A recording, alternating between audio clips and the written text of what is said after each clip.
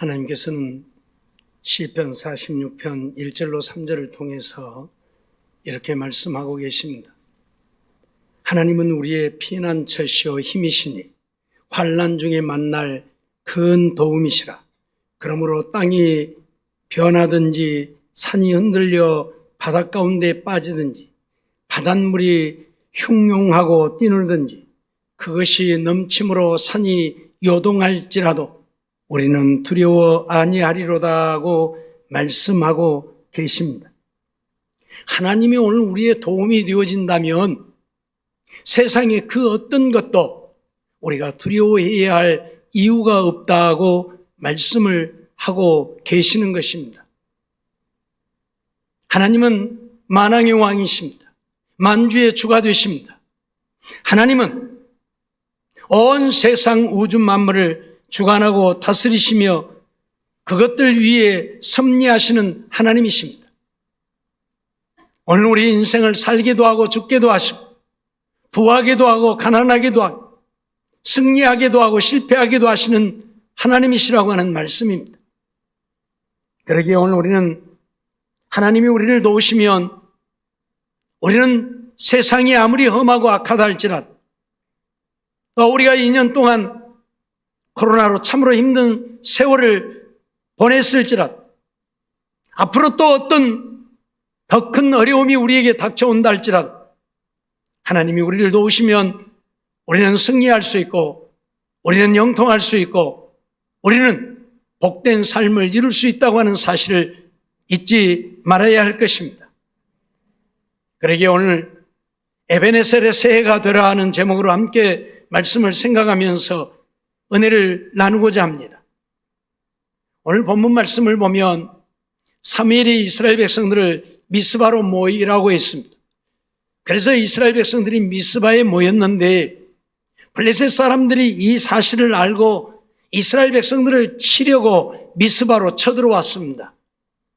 그때 사무엘이 하나님을 향하여 도움을 구했고 하나님은 사무엘의 기도를 들으시고 응답하셔서 이 블레셋 사람들이 이스라엘 백성들에게 패하게 되어지고 이스라엘이 승리하게 되어진 사건을 오늘 본문에 기록하고 있습니다.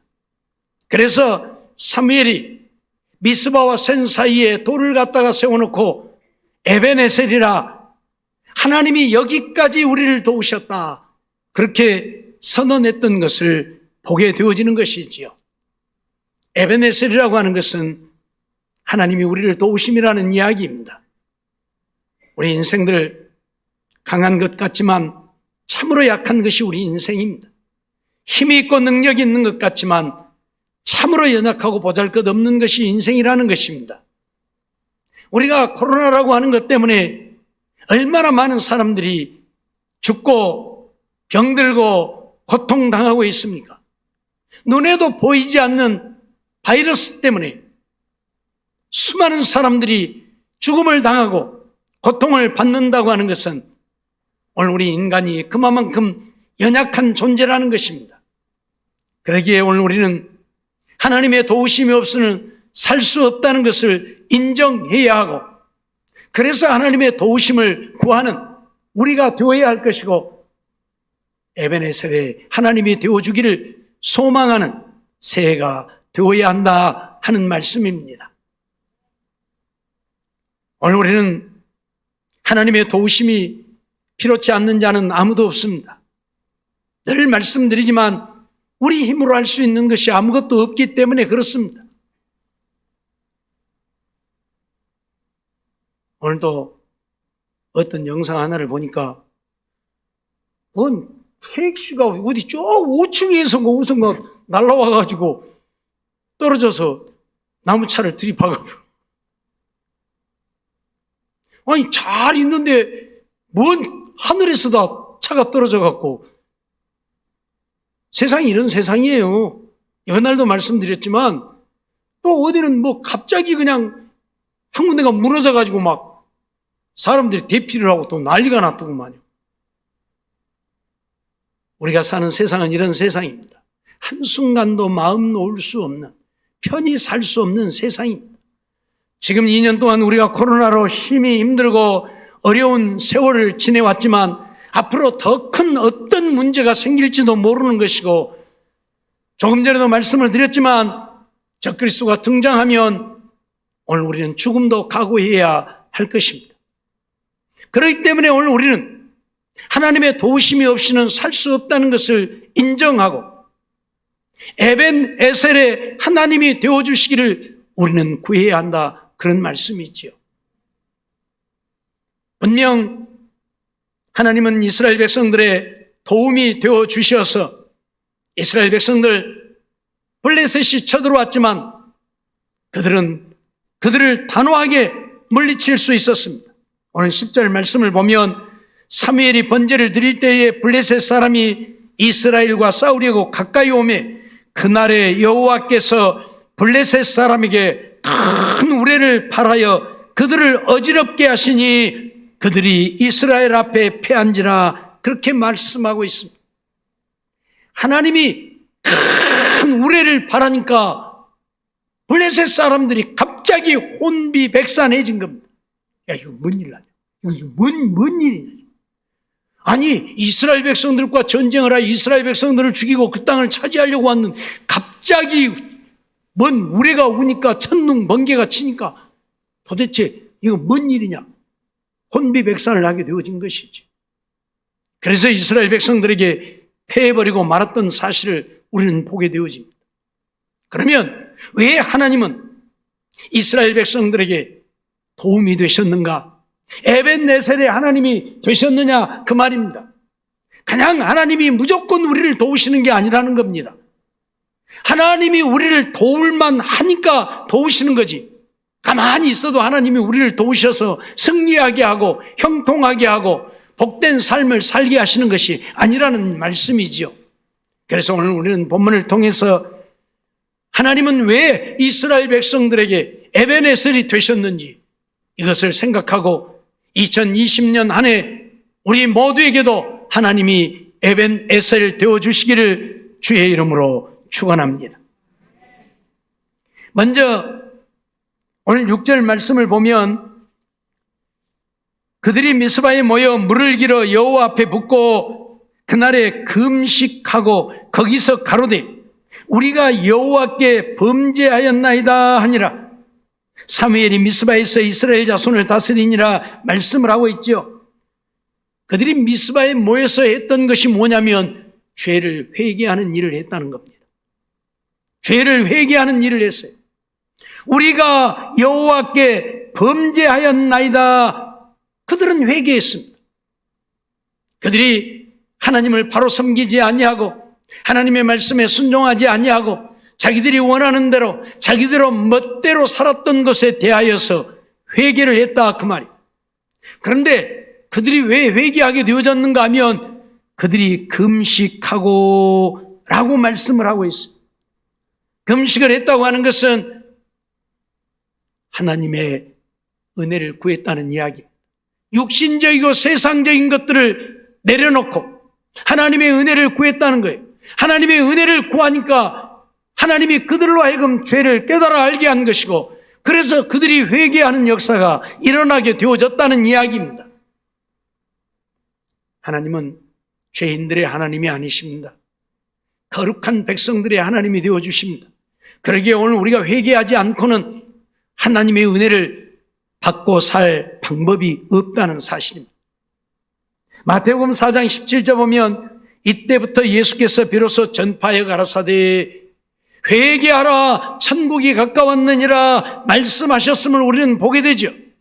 맨 처음 예수님이 복음을 시작하면서 하신 말씀이 뭐예요? 회개하라.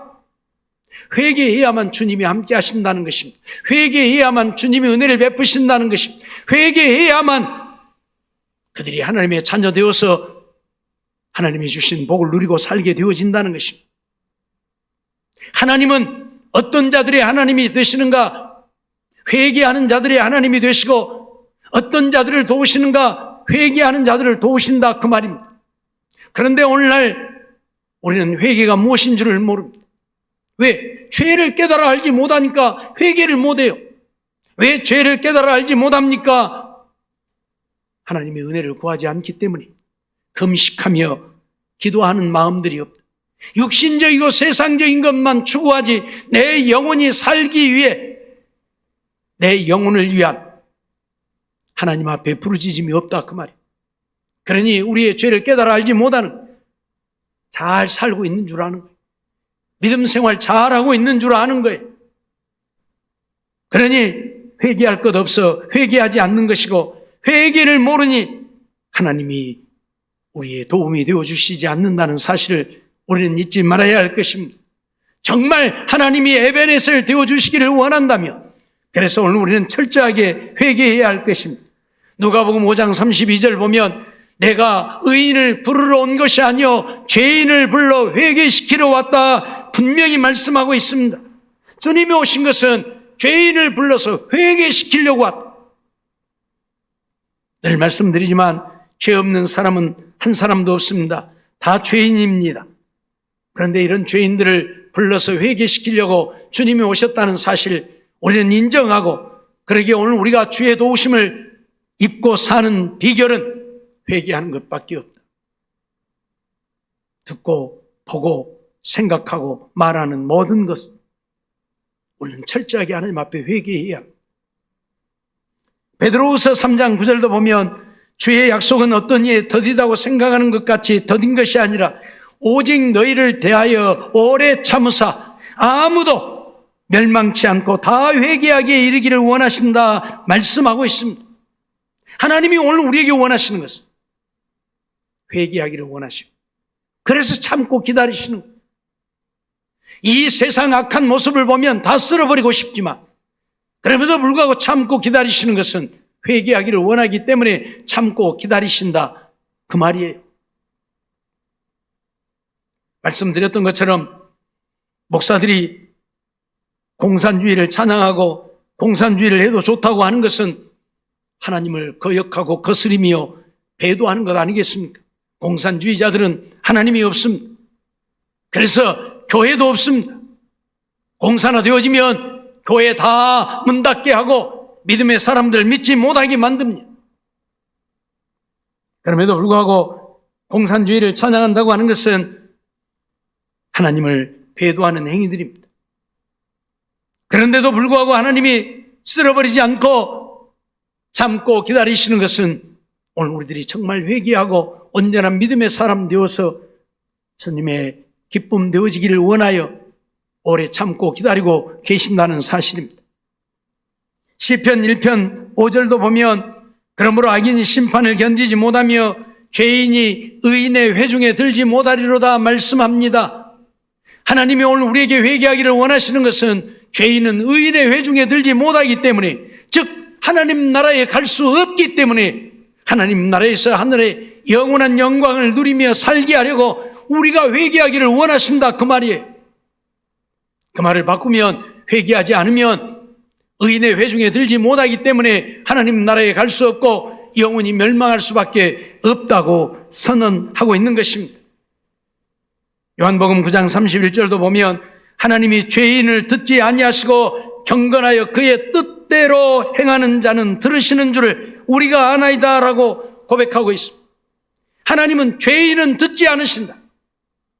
그렇기 때문에 죄를 지으면 우리가 하나님을 향하여 부르짖어도 하나님이 듣지 아니하십니다. 회개해야만 하나님이 들으십니다. 하나님이 우리의 간구함을 들으시고 에베네셀 되셔서 우리의 도움이 되어주시기를 원한다면 그러기에 회개해야 한다 그 말씀이에요. 우리는 정말 늘 우리의 죄를 하나님 앞에 내어놓고 심령으로 통해 자복하고 회개함으로 하나님이 나의 도움이 되어주시는 에베네셀 되어주시는 2022년 한 해가 되어지기를 원합니다. 요한계시록 2장 5절에도 보면 그러므로 어디서 떨어진 것을 생각하고 회개하여 처음 행위를 가지라. 만일 그리하지 아니하고 회개치 아니하면 내가 네게 임하여 내 촛대를 그 자리에서 옮기리라고까지 선언을 하고 있습니다. 우리가 어디에서 믿음을 잃어버렸는지, 무엇 때문에 믿음을 잃어버렸는지를 생각하고 무엇 때문에 내가 하나님의 말씀대로 순종하여 살지 못하고 있는가를 생각하고 회개하라는 것입니다. 회개하지 않냐면 오늘 우리에게 임하여서 촛대를 옮겨버리겠다. 그 말은 우리를 버리시겠다는 이야기입니다.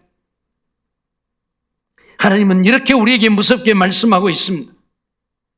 회개해야만 하나님은 에베네셀 되셔서 우리의 도움이 되어주시고, 하나님이 우리를 도우시면 우리는 이 험한 세상이지만 우리는 능히 이기고 믿음으로 승리할 수 있다고 하는 사실입니다. 두 번째로 에베네셀의 새가 되려면 우리가 어떻게 해야 합니까? 쉬지 말고 기도해야 한다는 사실입니다. 오늘 8절 말씀 보면 사무엘에게 이르되 당신은 우리를 위하여 우리 하나님 여호와께 쉬지 말고 부르짖어 우리를 블레셋 사람의 손에서 구원하시게 하소서라고 말합니다. 사무엘 선지자에게 쉬지 말고 기도하라, 그렇게 말하고 있습니다. 하나님은 우리의 기도를 들으시고 응답하시는 하나님이십니다. 그러나 한 번, 두 번 기도했다고 하나님이 곧장 응답해 주시는 것이 아니라 그 말. 쉬지 않고 기도할 때에 하나님은 우리의 기도를 들으십니다. 우리가 잘 아는 대로 엘리야와 같은 능력이 있는 하나님의 종이라도 하나님이 내리신 진노를 거두시고 그 땅에 다시 비를 내리기를 위해 기도할 때에 한 번, 두 번, 세 번, 네 번, 다섯 번, 여섯 번, 일곱 번 하나님 앞에 간절히 기도했다는 사실입니다. 말만 하면 말하는 대로 되어지는 능력을 가진 엘리야라도 때로는 7번씩이나 간절히 기도해야 하나님이 응답하셨다는 사실을 우리는 잊어서는 안 될 것입니다. 그러기에 하나님은 오늘 우리에게 쉬지 말고 기도할 때에 오늘 에베네셀 되어주신다고 말씀하고 있는 것입니다. 이스라엘 백성들이 그것을 알기 때문에 사무엘 선지자에게 당신은 우리를 위하여 쉬지 말고 하나님께 기도하여 하나님이 우리를 구원하시게 해라, 그렇게 말하고 있는 거예요. 마태복음 4장, 누가복음 21장 36절 말씀을 보면 이러므로 너희는 장차 올 이 모든 일을 능히 피하고 인자 앞에 서도록 항상 기도하며 깨어있으라 말씀하고 있습니다. 항상 기도하고 깨어있어. 그냥 무슨 일이 있을 때만 조금씩 기도하고 그렇게 살지 말고 항상 기도하고 깨어있어. 이게 주님이 오늘 우리에게 부탁하신 말씀이에요.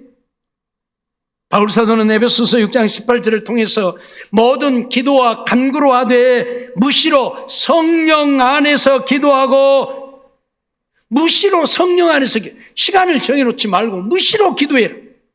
이를 위하여 깨어 구하기를 항상 힘쓰며 여러 성도를 위하여 구하라 말씀하고 있어요. 하나님의 말씀이 오늘 우리에게 요구하는 것은 항상 기도하라는 것입니다. 쉬지 말고 기도하라는 것입니다. 항상 깨어서 기도하라는 것입니다. 그럴 때 하나님이 에베넷을 되시어서 우리를 도우심으로 아무리 세상이 험하고 악할지라도, 천인이 만인이 내 앞에서 내 우편에서 엎드러질지라도 그 재앙이 내게 가까이 하지 못하게 하시고 하나님이 우리의 힘과 방패 되시고 산성이 되시고 요새가 되시어서 오늘 우리를 지키시고 보호하심으로 우리가 승리하며 형통한 삶을 이루게 되어질 것입니다. 골로새서 4장 2절도 보면 기도를 항상 힘쓰고 기도에 감사함으로 깨어있으라고 말씀합니다. 사도행전 2장 42절 보면 저희가 사도의 가르침을 받아 서로 교제하며 떡을 떼며 기도하기를 전혀 힘쓰니라. 그래서 초대교회 성도들, 성령으로 충만함을 받은 그들은 기도하기를 전혀 힘썼다. 하나님의 도우심이 없이는 살 수 없음을 깨달아 알았기 때문입니다. 우리가 잘 아는 대로 예수님을 따라다니며 예수님의 제자로 충성을 했지만 예수님 십자가에 못 박혀 죽으실 때에는 예수님을 다 버리고 떠나갔습니다. 부인하고 떠나갔습니다. 왜요? 기도가 없었기 때문입니다.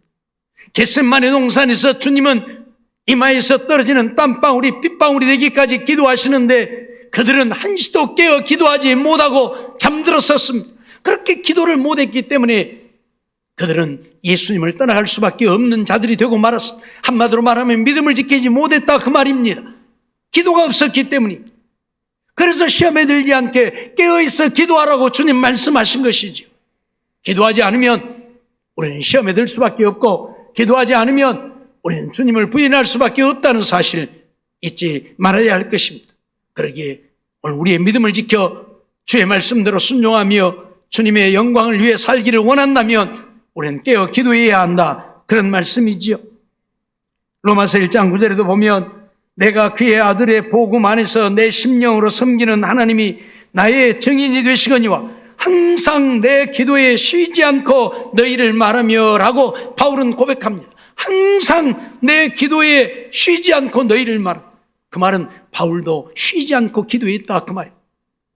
우리는 바울을 사도 중에 사도라고 말하죠.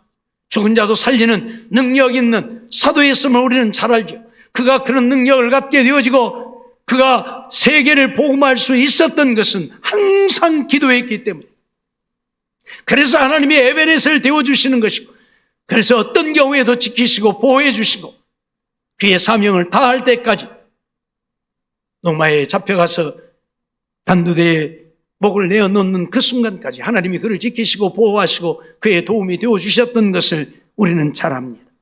사랑하는 성도 여러분, 2022년 한 해는 하나님이 에베네셀의 하나님 되어주시기를 원합니다. 정말 우리를 도우시는, 승리하게 하시는 하나님이 되어주시기를 원합니다. 그러려면 오늘 우리는 우리의 죄를 회개해야 하고 쉬지 않고 기도하며 사는 우리가 되어야 한다는 사실을 잊지 말아야 할 것입니다. 마지막으로 에베네셀의 새해가 되려면 어떻게 해야 합니까? 온전한 번제를 드리라 말씀합니다.